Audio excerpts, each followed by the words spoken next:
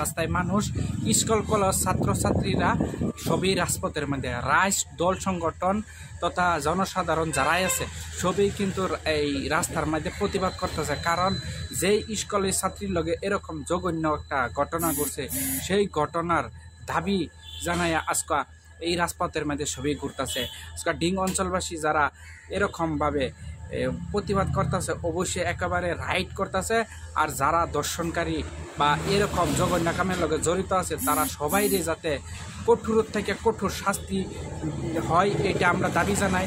আর এরকম ঘটনা আমরা কোনো সময় মানতে পারি না। আর যেই ঘটনায় বিশ্ব কাঁপায় গেছে কিছুদিন আগে, একই ঘটনা, যে এটাও দর্শন ওইটাও দর্শন, কিন্তু এই ঘটনা হয়তো কিছুগুলা দুষ্কৃতিকারীর মনে নাই, কিন্তু এই ঘটনা থেকে কতটা মানুষ বিভ্রান্তি হয়েছে আর কতটা স্কুলীয় ছাত্রীর লগে এরকম ঘটনা, এই ঘটনাটা কেউ মেনে নিতে পারে না।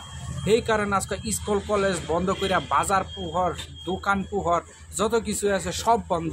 কারণ একটাই, যে দোষী শাস্তি হল লাগে, যাতে এরকম শাস্তি যাতে কোনো সময় যাতে একটা দোষী আরেকবার এরকম ঘটনা করার সাহস না পায়।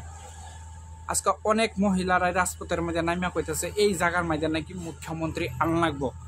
এখন কোন কারণে কইতেছে, অবশ্যই তারা একটা যেই হৃদয় বিতরক ঘটনাটা, যেই জঘন্য ঘটনাটা ঘটছে, সেই আবেগী হয়ে হয়তো মুখ্যমন্ত্রী ডাকছে। কিন্তু আমরা বাতরি পাওয়া মতে দেখা গেল যে মুখ্যমন্ত্রী নির্দেশ দিচ্ছে প্রশাসনকে যাতে অতি শীঘ্রে যাতে তাই দোষীরা করায়ত্ত করে।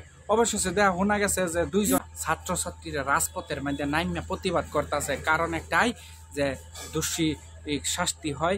আর যেই মানুষে এই ঘটনার লগে জড়িত আছে একটা কইরা প্রতিটা মানুষকে খুব সুন্দরভাবে তদন্ত কইরা যাতে বাইর করে আনে পুলিশ প্রশাসন।